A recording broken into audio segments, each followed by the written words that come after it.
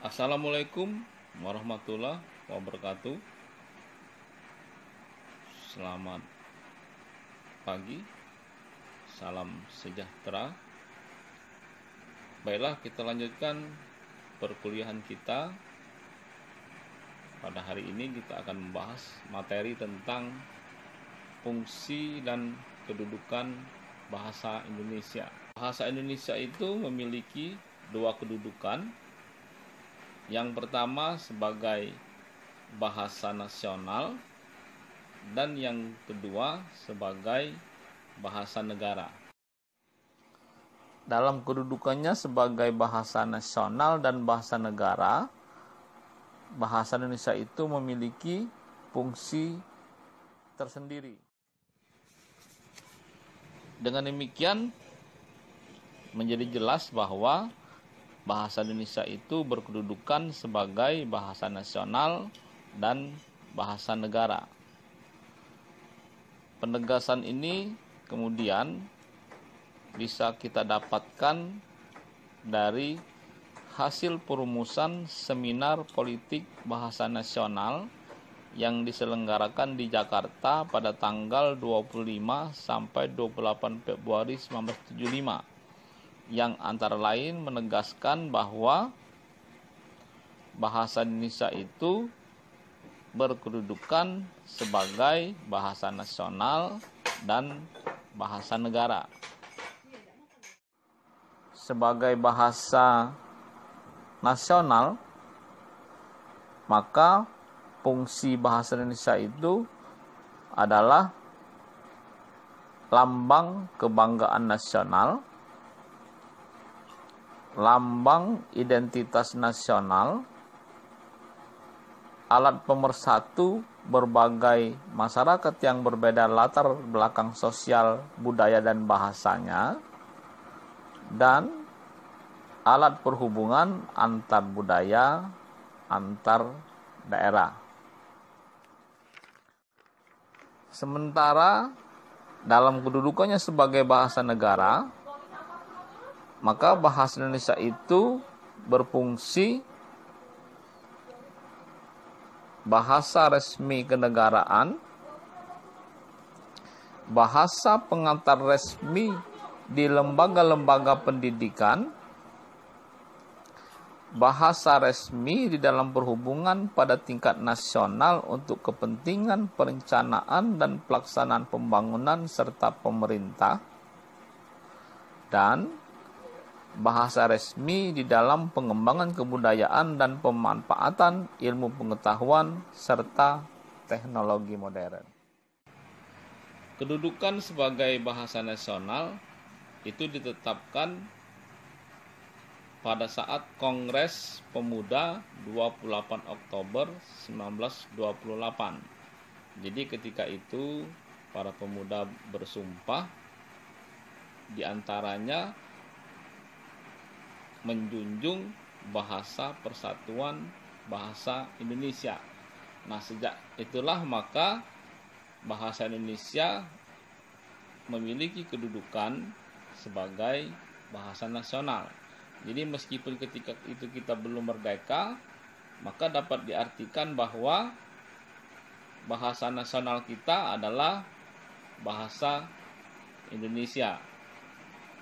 Sementara kedudukannya sebagai bahasa negara itu diakui dan ditetapkan ketika Undang-Undang Dasar Negara Indonesia, Undang-Undang Dasar 1945 disahkan pada tahun 1945, yang di dalam pasal 36 itu disebutkan bahwa bahasa negara adalah bahasa Indonesia.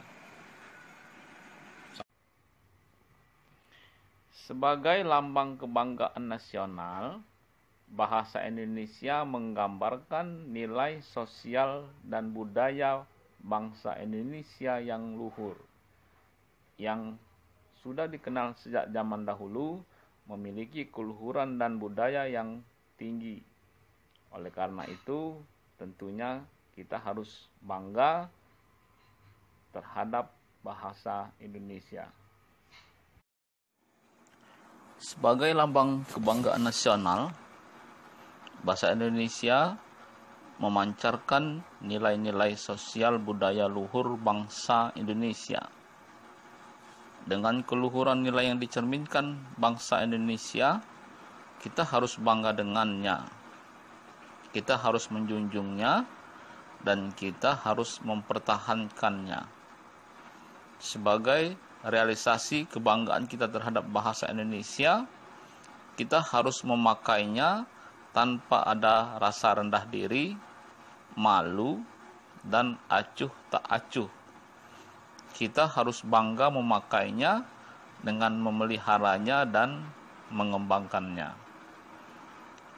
Kita harus menyadari dan bangga dengan negara kita karena kita memiliki bahasa. Bahasa yang kita miliki itu namanya bahasa Indonesia.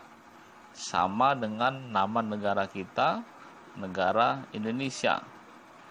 Tidak semua negara, tidak semua bangsa itu memiliki bahasa. Negara Amerika, negara superpower, dia tidak punya bahasa. Bahasanya bukan bahasa Amerika, tetapi bahasa Inggris. Begitupun dengan negara persemakmuran, mereka tidak memiliki bahasa nasional. Jadi mereka mungkin bahasa nasional dan bahasa negaranya berbeda. Makanya sebagai bangsa yang memiliki bahasa, kita justru harus bangga. Itu bisa menggambarkan seperti apa bangsa itu.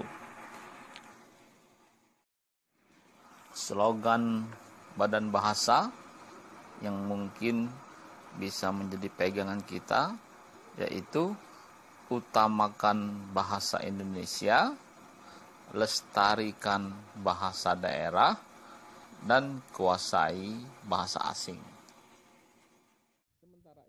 Sementara itu, sebagai lambang identitas nasional, bahasa Indonesia merupakan lambang bagi bangsa Indonesia. Ini berarti dengan bahasa Indonesia akan dapat diketahui dan dapat diidentifikasi seperti apa bangsa kita.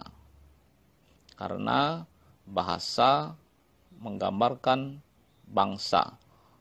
Oleh karena itu, kita harus menjaga supaya bahasa kita bisa berkembang, bisa menjadi bahasa internasional, dan bisa dikenal oleh banyak orang.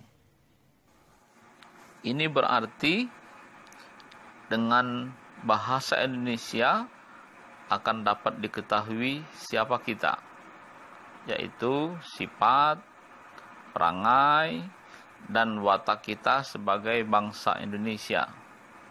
Karena fungsinya yang demikian itu, maka kita harus menjaganya, jangan sampai ciri kepribadian kita tidak tercermin di dalamnya. Jangan sampai bahasa Indonesia tidak menunjukkan gambaran bangsa Indonesia yang sebenarnya. Bangsa yang besar adalah bahasa, makanya ada peribahasa, bangsa, bahasa menunjukkan bangsa. Jadi bangsa yang besar. Sebagai alat pemersatu, bahasa Indonesia memungkinkan bagi bangsa kita yang terdiri dari berbagai daerah, suku, dan adat serta tradisi yang berbeda dapat menyatu dan bersatu dalam kebangsaan, cita-cita, dan nasib yang sama. Dengan bahasa Indonesia, bangsa Indonesia merasa aman dan serasi hidupnya, sebab mereka tidak merasa bersaing dan tidak merasa lagi dijajah oleh masyarakat suku lain atau bangsa lain. Apalagi dengan adanya kenyataan bahwa dengan menggunakan bahasa Indonesia, identitas suku dan nilai-nilai sosial budaya daerah masih tercermin dalam bahasa daerah masing-masing. Kedudukan dan fungsi bahasa daerah masih tegar dan tidak tergoyah sedikit pun.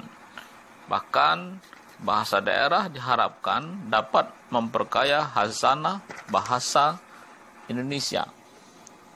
Apalagi seperti diketahui bahwa perbendaharaan kosakata bahasa Indonesia itu memang berasal dari bahasa Melayu, tetapi kemudian diperkaya oleh bahasa asing maupun bahasa daerah.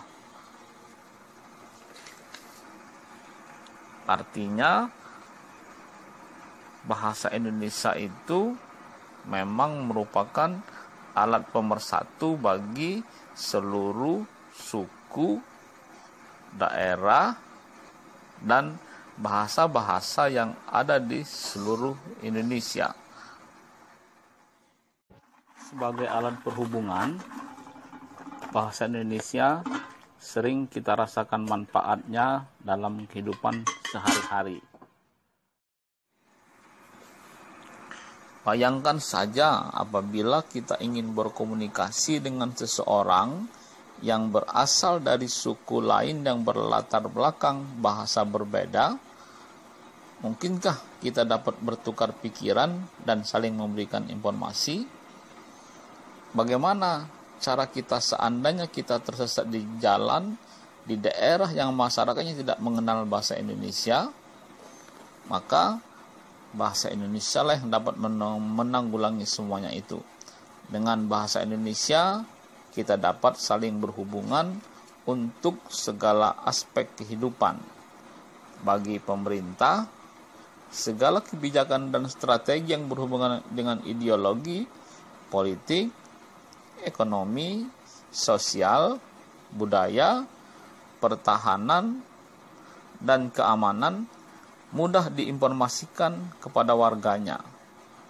Akhirnya, apabila arus informasi antar kita meningkat, berarti akan mempercepat peningkatan pengetahuan kita. Apabila pengetahuan kita meningkat, berarti tujuan pembangunan akan cepat tercapai. Jadi fungsi ketiga dari kedudukan bahasa sebagai bahasa nasional itu sangat jelas, bahwa bahasa Indonesia itu berfungsi sebagai alat berhubungan. Kita bisa mengetahui dan bisa berkomunikasi antar daerah yang memiliki bahasa yang berbeda karena kita memiliki bahasa pemersatu, bahasa yang menjadi alat penghubung, yaitu bahasa Indonesia. Di lain pihak, tentunya budaya-budaya daerah yang memiliki kearifan lokal dan bahasa-bahasa daerah yang menjadi ciri masing-masing daerah itu juga tetap dipertahankan. Kita sebagai pengguna bahasa Indonesia memang mengutamakan bahasa Indonesia, tetapi tetap melestarikan bahasa daerah dan diupayakan dapat menguasai bahasa asing.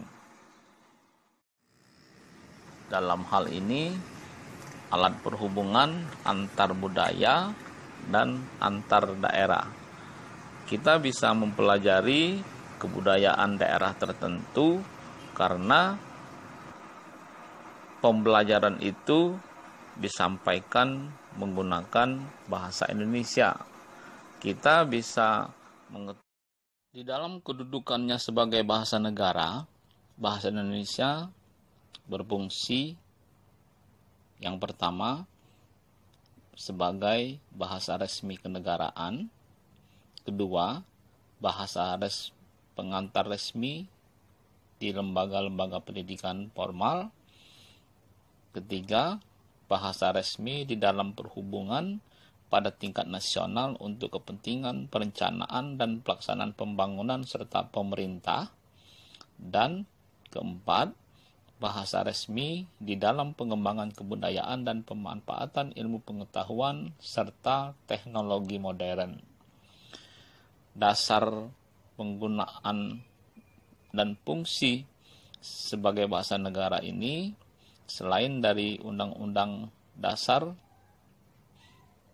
1945 pasal 36, juga diatur dalam Undang-Undang nomor 24 tahun 2009 yang mengatur tentang lagu kebangsaan, bendera, bahasa Indonesia, dan lambang negara. Dan dipertegas serta lebih rinci lagi diatur dalam Perpres nomor 63 tahun 2019. Artinya memang fungsi bahasa sebagai bahasa negara itu sangat jelas dan rinci aturannya, meskipun memang tidak ada sanksi, tetapi di dalam undang-undang dan Perpres itu disebutkan bahwa sebagai bahasa negara penggunaannya sesuai dengan situasi dan fungsi itu bersih. Pemakaian pertama yang membuktikan bahasa Indonesia itu sebagai bahasa resmi kenegaraan adalah ketika digunakannya bahasa Indonesia dalam proklamasi kemerdekaan pada 17 Agustus 1945. Kemudian setelah itu, dalam semua kegiatan dan berbagai kegiatan resmi kenegaraan, maka dipergunakanlah bahasa Indonesia. Mulai saat itu, dipakailah bahasa Indonesia dalam segala upacara, peristiwa, dan kegiatan kenegaraan, baik dalam bentuk lisan maupun tertulis. Keputusan-keputusan, dokumen-dokumen, dan surat resmi yang dikeluarkan oleh pemerintah dan lembaga-lembaganya dituliskan di dalam bahasa Indonesia. Pidato-pidato atas nama pemerintah atau dalam rangka menunaikan tugas pemerintahan diucapkan dan dituliskan dalam bahasa. Sementara dalam kedudukannya sebagai bahasa negara, maka bahasa Indonesia itu berfungsi bahasa resmi kenegaraan, bahasa pengantar resmi di lembaga-lembaga pendidikan,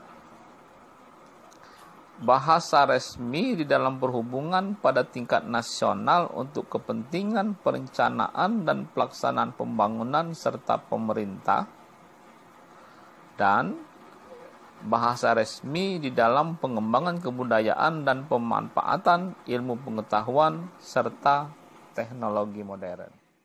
Sebagai bahasa resmi pengantar dalam dunia pendidikan, bahasa Indonesia digunakan sebagai bahasa pengantar di lingkungan pendidikan formal, mulai dari pendidikan anak-anak sampai perguruan tinggi. Hanya saja di lingkungan pendidikan kanak-kanak dan pendidikan dasar, terutama di beberapa pendidikan rendah yang pendidik dan anak-anaknya hanya menguasai bahasa ibunya, sehingga pendidikan kelas 3 sekolah dasar diperkenalkan bahasa Indonesia. Tetapi ini diperbolehkan dari sebagai konsekuensi pemakaian bahasa Indonesia sebagai bahasa pengantar di lembaga pendidikan tersebut, maka materi pelajaran yang berbentuk media cetak hendaknya juga berbahasa Indonesia.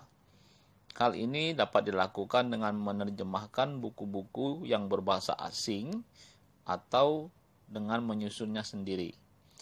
Apabila hal ini dilakukan, tentu sangatlah membantu peningkatan perkembangan bahasa Indonesia sebagai bahasa ilmu pengetahuan dan teknologi.